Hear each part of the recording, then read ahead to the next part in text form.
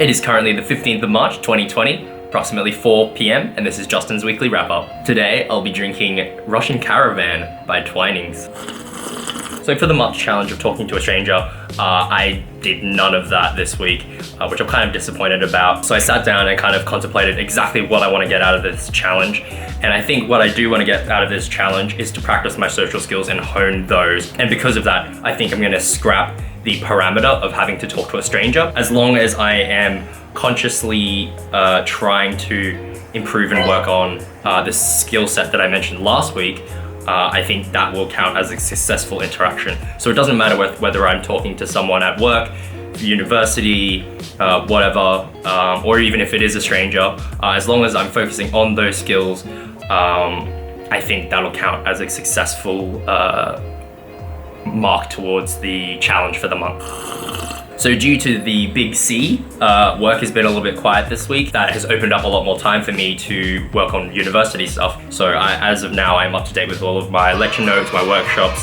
I'll be starting on assignment work tomorrow, which is really good. And because I'm on top of everything, I was actually able to plan out and actually start working on my game development project.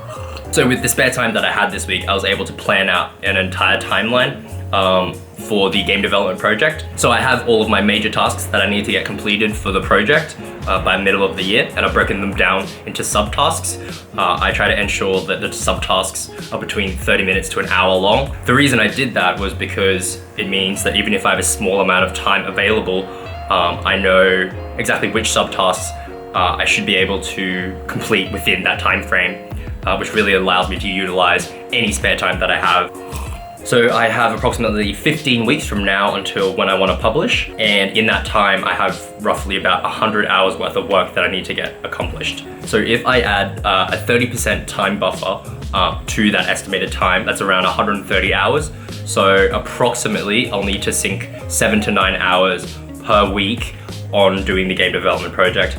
With the way that I've structured the timeline and tasks and subtasks, I'll be able to slot in the 30-minute and hour tasks like at the start of my day, the end of my day, or whenever I've got breaks in between sort of university work where I wouldn't normally be doing anything productive with my time. But after I came up with this timeline and all the different milestones and all my tasks and subtasks and the estimated times that I needed to spend on the project every week, it's given me a greater sense of clarity. It's given me a bit more like motivation to start working on the project.